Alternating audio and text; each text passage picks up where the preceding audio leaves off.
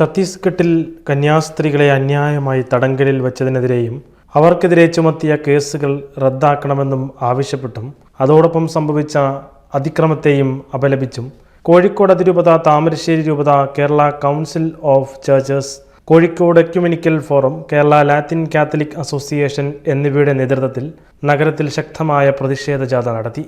നീതി ന്യൂനപക്ഷങ്ങൾക്കും ഒരുപോലെ ലഭിക്കണം എന്ന മുദ്രാവാക്യം മുഴക്കിക്കൊണ്ടാണ് പ്രതിഷേധക്കാർ നഗരവീഥികളിലൂടെ സഞ്ചരിച്ചത്.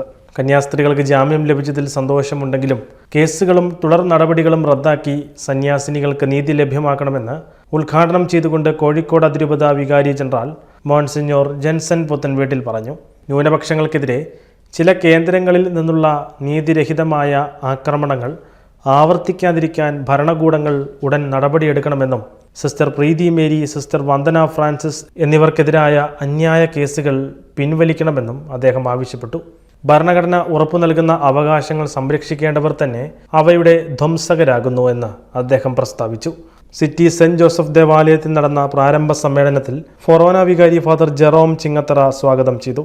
ഇടവക വികാരി ഫാദർ റെനി ഫ്രാൻസിസ് റാലിക്ക് ഫ്ലാഗ് ഓഫ് നൽകി. പള്ളിയിൽ നിന്ന് ആരംഭിച്ച ജാഥ Kannur road junction Christian college cross road വഴി സഞ്ചരിച്ച് പള്ളി അങ്കണത്തിൽ സമാപിച്ചു. വൈദികരും സന്യാസികളും നൂറുകണക്കിന് വിശ്വാസികളും പങ്കെടുത്ത ജാഥ ക്രിസ്ത്യൻ സമൂഹത്തിൻ്റെ ഐക്യത്തിൻ്റെയും നീതിന്യായ ആവശ്യത്തിൻ്റെയും ശക്തമായ പ്രകടനമായി. KLCA നേതാക്കളായ George KY, Prakash Peter, Joseph Plato എന്നിവർ സന്നിഹിതരായിരുന്നു.